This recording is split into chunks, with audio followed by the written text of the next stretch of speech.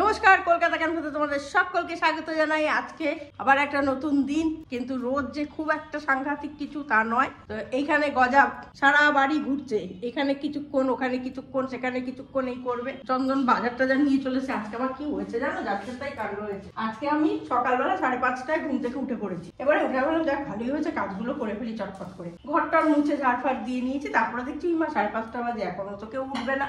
এখন আমি রান্নার ওই ছোপ ছাক ছিস ছাস আওয়াজ করবো, চন্দন রেগে যাবে। থাক তাহলে এখন একটু শুয়েই নি, একটু পরেই মাখবে, এরম ভাবছি। এইবারে শুয়েছি, যেই শুয়েছি 11:15, ওই শোয়াটাই আমার কাল হয়ে গেল জানো। পুরো 11:15টায় ঘুম থেকে উঠলাম। ওরম করলে হবে?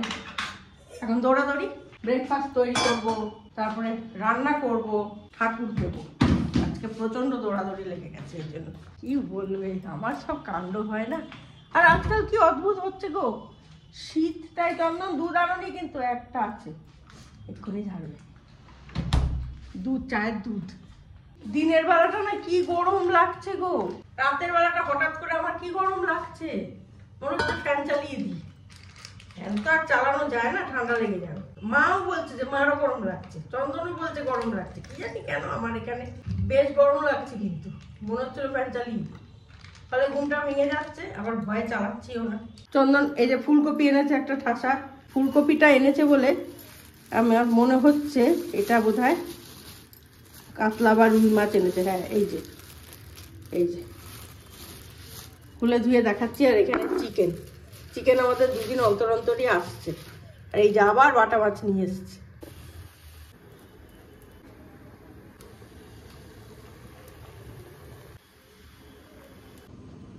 তো মাছ ফাছ সব ধুয়ে নিয়েছি।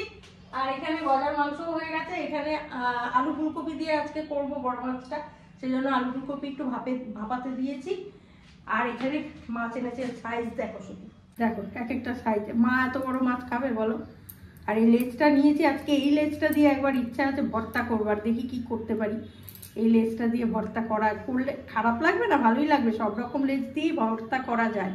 আর এখানে যে বাটা মাছগুলো ধুয়ে রেখেছি, এগুলো আর একটু ছাড়াতে হবে, করবো যখন সেদিন আর একটু ছাড়িয়ে নেবো আঁশগুলো। আর দুটো ওই যে মাথা দিয়ে আবার কি করব দেখা যাক।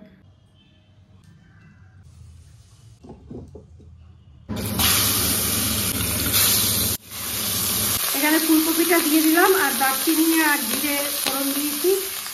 এইখানে দেখো মাছ ভেজে রেখেছি। আর এইখানে হচ্ছে জিরে, আদা, কাঁচা লঙ্কা, টমেটো পেস্ট। এতক্ষণ বক করে গেলাম তোমাদের সঙ্গে রেকর্ড টিকিনি। আর নিজেকে কিছু বলার নেই আমার, বুঝেছো তো? এই বলার যে সকালবেলাটা না আসলে এতটাই দৌড়াদৌড়ি মধ্যে থাকি না, এটার পর ওটা এটা ভাবি তো, ভাবতে আধের সময় কাজে গন্ডগোল হয়ে যায়। আচ্ছা, এই কপি পাতাটা প্রথমে আমি একটু গরম জলে ভাপিয়ে নিয়েছি। প্রথমেই না সবটা দেবে না, প্রথমে সবটা দিলে না অনেক সময় হয় না। কিছুটা আমি যখন করে নিয়ে দেখবে অনেকটা হয়ে গেছে, তখন আবার দেবে, যদি একবারে না হয় আর কি।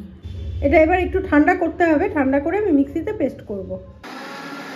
এ দেখো বাটাটা কিন্তু এরকম হবেই। এইবার এখানে কিন্তু আমি কিছুই দিইনি, শুধু পাতাটা বেটে নিলাম। এবার এর মধ্যে আমি 20টার মতো রসুন কোয়া দিয়ে দিচ্ছি।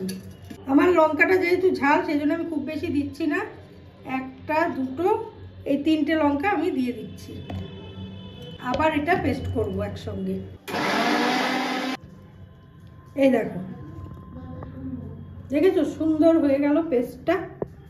এরপর কড়াইটা গরম করে নিয়েছি। এবার আমি সর্ষের তেল দিচ্ছি। তেলটা কিন্তু একটু বেশি লাগে, তা না হলে ভাজাটা হয় না। এই পরিমাণ তেল আমি দিয়ে দিলাম।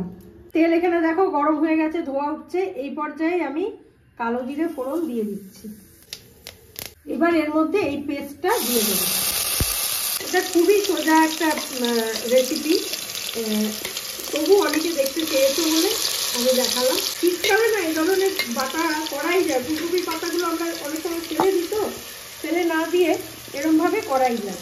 এর মধ্যেই আমি পরিমাণ মতো নুন দিয়ে দিচ্ছি। নুনটা আমি একটু বেশি করেই দিচ্ছি, যাতে আমার ভাতের সঙ্গে খুব একটা মাখতে না হয়।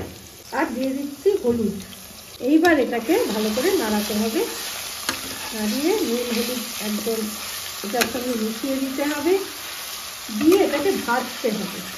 দেখবে আস্তে আস্তে কালারটা চেঞ্জ হবে, হয়ে একটা শ্যাওলা কালার মতো আসবে। এই সবুজ ব্যাপারটা কিন্তু থাকবে না।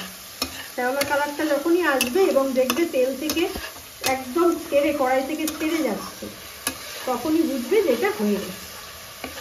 এটা এরমভাবে কিন্তু নাড়তে হবে, না হলে লেগে যাওয়ার একটা চান্স থাকে। দেখো যে টকটকে সবুজ ব্যাপারটা ছিল সেটা কিন্তু আস্তে আস্তে কীরকম একটা শ্যাওলা কালার হয়ে আসছে, একটু কালচে টাইপের হয়ে আসছে। এ দেখো কড়াই থেকে কীরকম উঠে যাচ্ছে, তার মানে এটা হয়ে এসেছে। এবার আমি নামিয়ে দেবো। কালারটাও দেখো অনেক চেঞ্জ হয়ে গেছে, তেল ছেড়ে দিচ্ছে পাশ থেকে, দেখতেই পাচ্ছ। রান্না আমার কমপ্লিট। ওখানে রয়েছে ভাত, এখানে রয়েছে এই যে ফুলকপি পাতা বাটা, এইখানে রয়েছে কাতলা মাছের লেজ ভর্তা, আর এইখানে রয়েছে ফুলকপি আলু দিয়ে কাতলা মাছের পাতলা ঝোল। কাতলা মাছের পাতলা ঝোল কি দিলাম বলো। আর এইখানে রয়েছে আমার গজালি। তার খাওয়া দাওয়া কমপ্লিট হয়ে গেছে, সে এখন ঘরের দিকে মুখ করে বসে আছে, কখন আমি যাব তবে যাবে। তো এইবার আমি স্নানে যাব, স্নান করে পুজো দিয়ে খেতে বসবো। মোটামুটি কাজ আমার এবার এবেলার মতো কমপ্লিট। এবার রান্নাঘরটা একটু পরিষ্কার তো করতেই হবে, করে নিয়ে যাব। জামা কাপড়ও শুকিয়ে গেছে, সকালবেলা কেচে দিয়েছি, ব্যাস একদম কাজ কমপ্লিট। তবে আজকে একটু লেট হয়ে গেল গো, উঠতেই দেরি হয়ে গেছে, তো কিছু করার নেই। তো যাই হোক, আমাদের আসলে হয় কি বলো তো, শুতেই দেরি হয়ে যায়। মানে আমরা যে জায়গায় সব থাকি না, তোমাদের বললে তোমরা হাসবে, মোটামুটি এখানে সকলেই না 10টার মধ্যে শুয়ে পড়ে, বুঝতে পেরেছো? 10টা, খুব বেশি হলে 10:30। কী করে বুঝি সেটা বলি, যে আমাদের সব দেখি একদম অন্ধকার হয়ে যায়, মানে বাড়ি সকলে, শুধুমাত্র আমাদের বাড়িতেই আলোটা জ্বলে, বুঝেছো তো? তো সেই জায়গা থেকে আমরা বুঝতে পারি যে সবাই শুয়ে পড়েছে, একমাত্র জেগে আছি আমরা। তার কারণ আমরা তো রাত্রির বেলা অনেক রাত অব্দি কাজগুলো হয়। কালকে তারপরে বাংলা রেমেডির একটা শুটিং ছিল, সেটা একটু রাত্রির না করলে হয় না। সন্ধ্যাবেলা যাও শুরু করেছিলাম, করতে পারলাম না। এখানে এত ব্যান্ড পার্টি বাজছে, রাত্র দিয়ে যাচ্ছে তো যাচ্ছেই, সে আমি আর শেষ করতে পারলাম না। তার জন্য যথারীতি আমাকে একটু রাত করে আবার করতে হলো। তো সেই জায়গা থেকে আমাদের রাত হয়। তারপরে চন্দন এডিট করে, তারপরে খেতে বসি, তারপরে বাসনপত্র মাজা, রান্নাঘর পরিষ্কার করা, সব করে শুতে শুতে আমাদের 1টা-1:30 হয়েই যায়। তারপরে শোয়ার সাথে সাথেই তো আর ঘুম আসে না, বলো না? যথারীতি আমাদের দেরি হয়, উঠতে দেরি হয়ে যায় সকালবেলাটা। শীতকালটা তো আরোই দেরি হয়, রোদটা আসে যখন বেশি আরাম লাগে, বেশি ঘুমাই।